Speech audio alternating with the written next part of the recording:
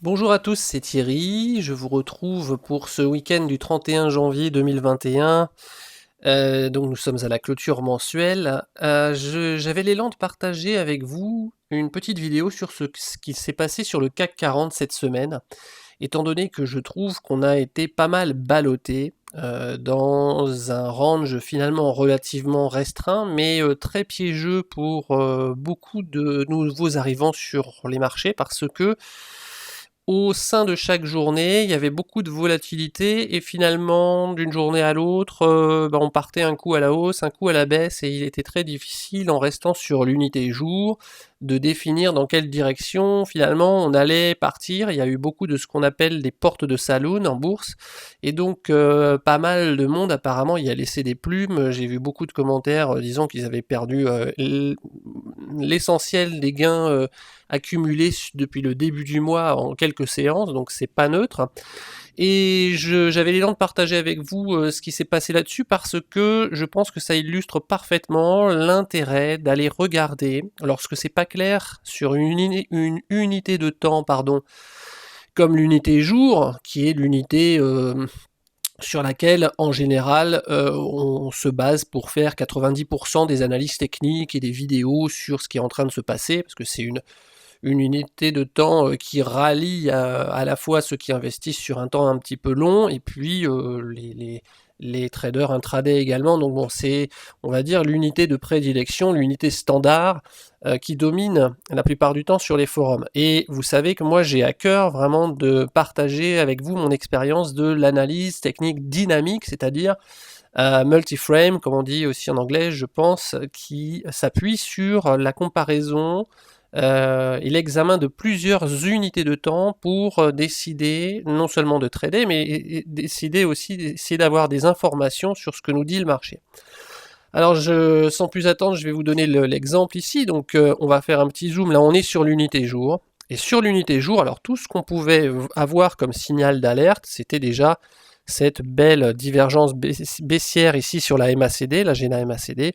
Vous voyez qu'on a des plus hauts de plus en plus hauts sur les prix, et que la MACD ne suit pas, et qu'au contraire, là on a des plus bas de plus en plus, des plus hauts pardon, de plus en plus bas. Donc ça s'appelle une divergence baissière.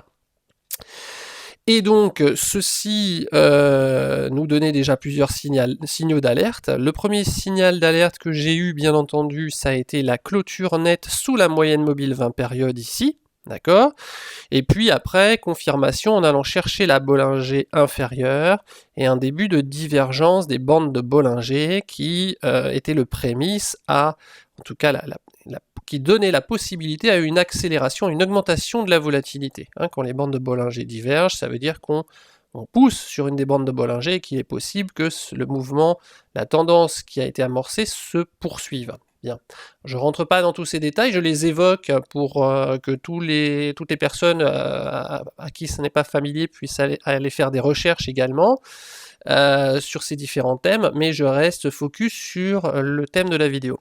Donc, vous voyez que sur la semaine dernière, on a eu finalement dans un range pas énorme, puisqu'on est là à 5380 au plus bas, 5580, bon, il y a après tout que 4% d'écart. Sur une semaine, le CAC a déjà fait bien pire. Vous voyez le rallye de novembre ici. Bon, on a eu des bougies parfois qui ont fait des décalages bien plus importants sur le CAC. Mais la difficulté, c'est que un jour ça baisse, et puis ça remonte presque au plus haut de la veille à chaque fois.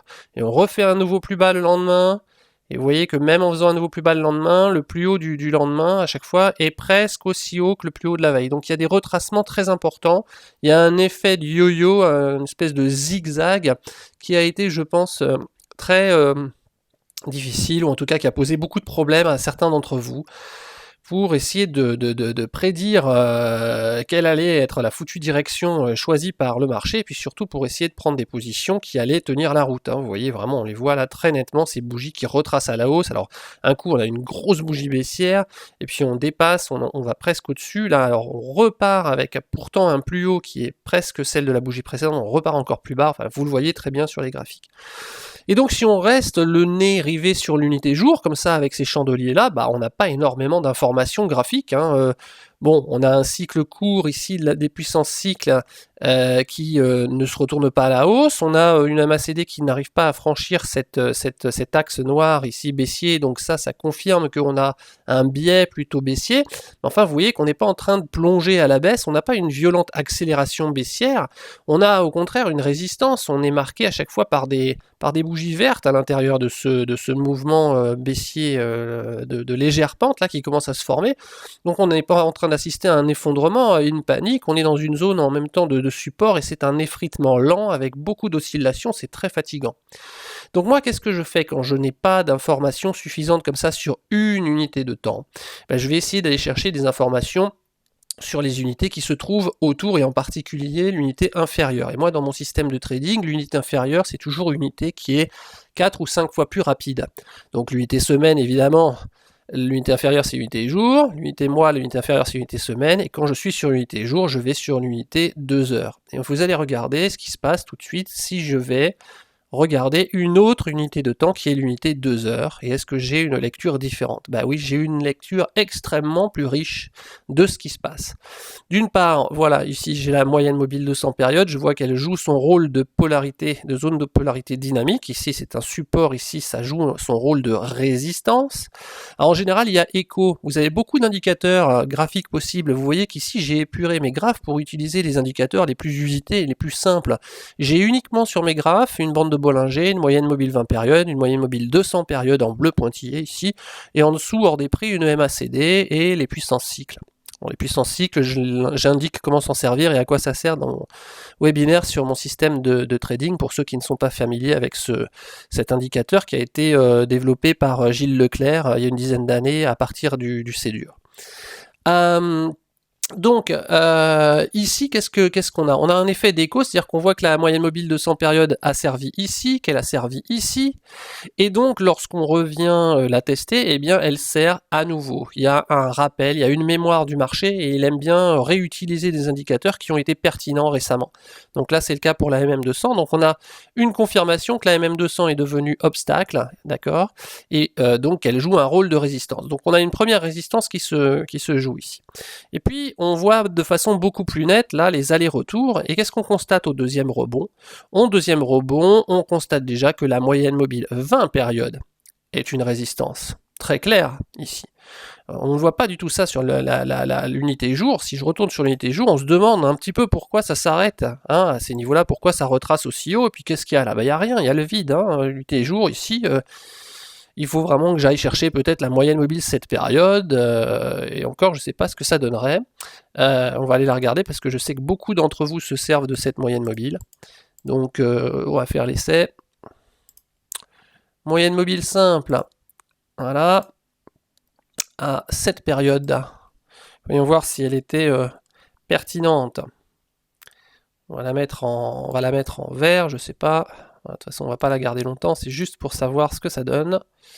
Oui, la moyenne mobile, cette période était également pertinente sur deux des bougies qui étaient ici, vous voyez, mais pas sur la bougie de retracement haussière ici du mardi 26 janvier. Vous voyez, mais n'empêche que on retrouve sur certaines unités de temps une cohérence. Donc la MM7 ici également nous donnait le plus haut de 1, 2, 3 bougies sur les 5. Mais ici, on était un petit peu dans le vide et ici également. Retournons sur l'unité 2 heures. Et donc là, on a quoi? On a le plus haut ici qui est donné par la moyenne mobile 200 périodes. Donc on pouvait s'y attendre. On a le plus haut ici qui est donné par la moyenne mobile 20 périodes. On pouvait s'y attendre.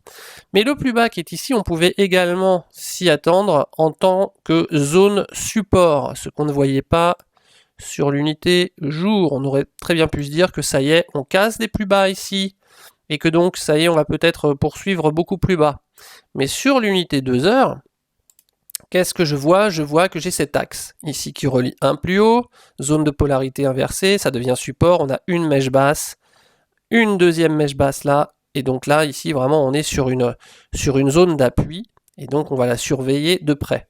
Alors j'aurais pu tracer deux traits, j'aurais pu tracer également, vous voyez, une oblique n'étant jamais absolument parfaite, j'aurais pu prendre, au lieu de prendre la pointe ici et la mèche basse ici, j'aurais pu prendre la mèche basse d'ici et la mèche basse d'ici, ça nous aurait ramené un poil plus haut, par ici, voyez, peut-être 10 points au-dessus sur le CAC, mais enfin, en tout cas, on était clairement dans cette zone de support, même si on peut faire varier un tout petit peu pour les puristes la pente de cette oblique.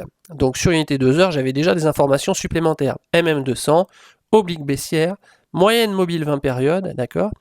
Et lorsqu'on redescend également ici, là je me rends compte que j'ai un premier signal, j'ai une mèche basse et que je retrouve mon oblique baissière et que je refuse, j'ai un refus d'aller plus bas, je vois que j'ai une zone de support. Donc je vois que vraiment à 1, 2, 3, 4 reprises, cette oblique baissière est un support sur l'unité 2 heures. Je ne la vois pas du tout sur l'unité jour. Donc je sais qu'ici j'ai un amortisseur et lorsque je vois que j'ai un refus de la franchir à la baisse et que j'ai un Marubozu ici de dernière bougie jeudi, je me dis j'ai une zone de support. Et lorsque le lendemain j'ouvre et que je marque de nouveau plus bas et que tout de suite sur ces nouveaux plus bas j'ai à nouveau une réaction haussière assez forte sur ce chandelier, je me dis que j'ai de bonnes chances que cette zone support soit toujours active, même si elle est travaillée.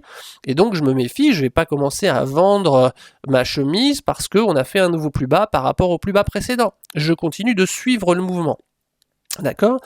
Également, quelles autres informations j'ai sur cette unité 2 heures? J'ai une information très intéressante ici sur la MACD parce que je peux tracer un axe de propagation sur la MACD. J'ai un plus haut ici, j'ai un plus haut ici, d'accord? D'accord. Et donc si je trace le prolongement de cet axe, j'arrive ici. Voilà. Et je vais surveiller le prolongement de cet axe, ça s'appelle un axe de propagation parce que c'est une résistance tant que je ne l'ai pas franchi. Si je vois que la MACD commence à s'infléchir vers le bas, bah je surveille les prix. Donc ici j'ai une double confirmation qu'on risque d'avoir un problème là au niveau des haussiers. J'ai une MM20 graphiquement qui fait rôle de résistance et puis j'ai la MACD qui est en train de se retourner à la baisse. Bon, et en plus j'ai la puissance cycle qui est en jaune de surachat et qui se retourne. Je ne vais pas détailler la puissance cycle, hein, c'est dans d'autres exemples et dans mon webinaire. Donc vous avez plein de confirmations différentes que, attention, on risque de décrocher et de repartir à la baisse. C'est effectivement ce qui se passe, donc ça permet encore une fois, vous voyez, précisément d'avertir et de voir que ici on va se retourner. Ici on sait qu'on a une zone de support et on se retourne à la hausse. Et alors là il y a beaucoup de gens qui ont été encore pris de court parce qu'il y a eu un rallye, je me rappelle, je retourne encore sur l'unité jour. Ça c'était la séance de jeudi, et donc on finit ici avec des hurrahs parce que sur plusieurs heures, en fait sur toute la journée, hein, on a remonté, puis on était presque sur les plus hauts. Donc si on reste uniquement sur l'unité jour, on peut se dire belle bougie haussière, on est sur le tiers supérieur de la bougie, on peut très bien avoir un potentiel, ça y est, de hausse, retourner vers la moyenne mobile 20 périodes et encore plus haut, voilà, ça y est, c'est le début du retournement. Mais que nous dit l'unité 2 heures ici? L'unité 2 heures nous dit qu'on a toujours une vague d'oscillation avec des plus hauts de plus en plus bas et des plus bas de plus en plus bas. Donc nous sommes toujours dans une tendance baissière sur l'unité 2 heures. Il faut bien comprendre la dynamique de la tendance d'un mouvement sur différentes unités de temps.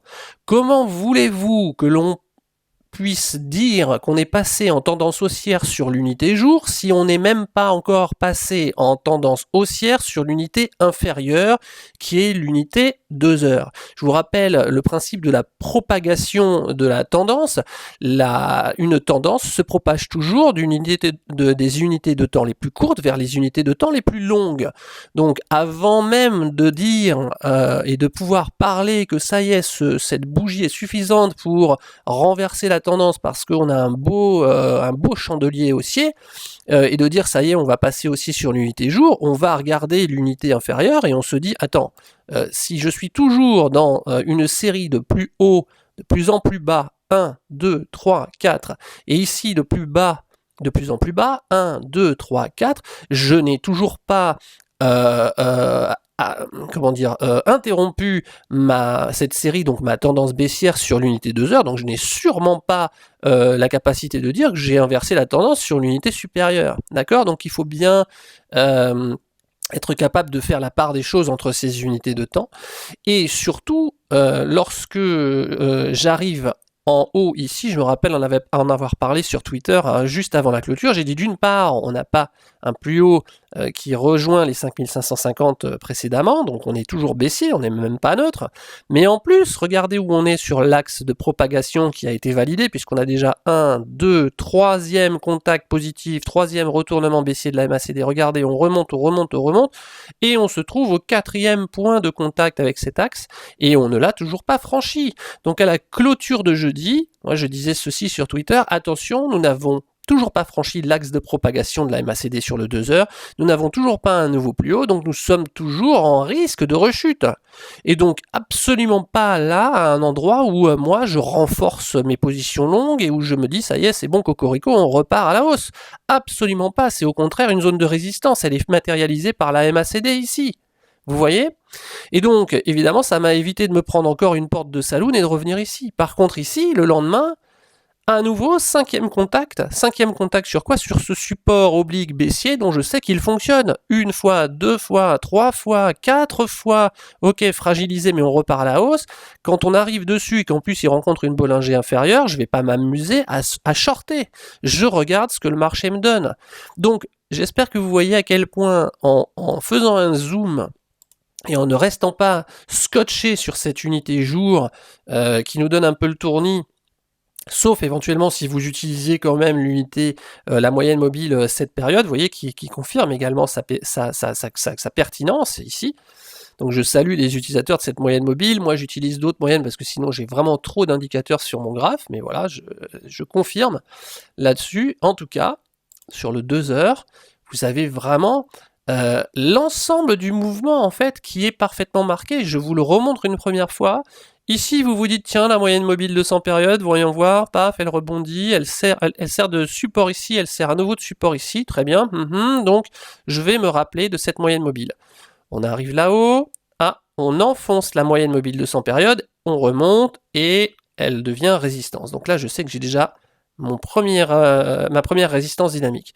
Je redescends, j'ai 1, 2, 3 points de support, je me dis tiens ici à un petit oblique près qu'on peut tracer un peu différemment, j'ai une zone support potentielle pour un 4e point de contact, donc je le surveille, je ne suis pas surpris par le rebond des prix. Et là je me rends compte très vite que la moyenne mobile 20 périodes cette fois-ci est devenue une résistance active dynamique sur les cours. D'accord? Sur l'ensemble de ces bougies-là. Et puis sur la MACD, je vais voir l'axe de propagation ici, et je vais me retrouver ici en 3e point de retournement baissier au niveau justement de l'atteinte de cet axe de propagation. Donc je ne suis absolument pas surpris par le retournement baissier. On revient attaquer le support. Ici, il y a une zone de danger.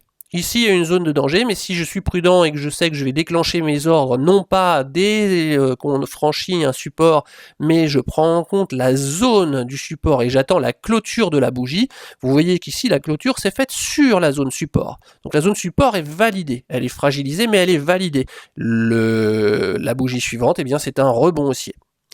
Et donc, je ne suis pas surpris, je ne shorte pas ici au plus bas. On réouvre ici avec une nouvelle bougie, là effectivement en clôture, et là il y avait peut-être un petit risque. Là il y avait un risque de vendre au plus bas, un seul risque de vendre au plus bas peut-être ici. Dès qu'on voit qu'on remonte sur la bougie d'après, qu'on clôture au plus haut, éventuellement on coupait sans trop de casse. Ici vous voyez qu'il n'y a pas énormément de delta, parce qu'encore une fois on n'est pas sur l'unité jour, on est sur l'unité 2 heures, donc ça permet de prendre quand même ces pertes rapidement si jamais on avait eu envie de prendre un short ici sur l'enfoncement de cette zone de support. Et puis là surtout, retournement haussier de la MACD, retournement du cycle court, une belle bougie haussière confirmée par la suivante. Donc là on est sorti de son short. De toute façon on n'attend pas de reprendre 100 points à la hausse si on est baissier à ce niveau-là. J'espère que c'est quand même visible.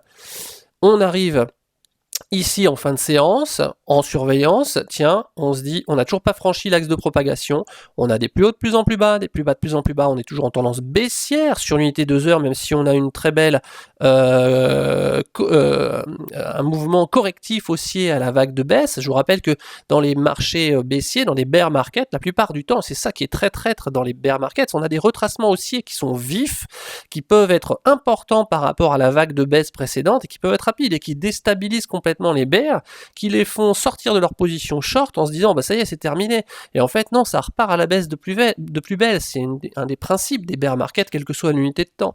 Donc là voilà, on a des retracements haussiers qui récupèrent l'essentiel à chaque fois de la vague de baisse précédente, mais vous voyez qu'on est quand même en train de s'effriter, de s'éroder. Mais sur l'unité 2 heures, eh bien je vois l'ensemble de ces vagues avec beaucoup plus de précision que sur l'unité jour.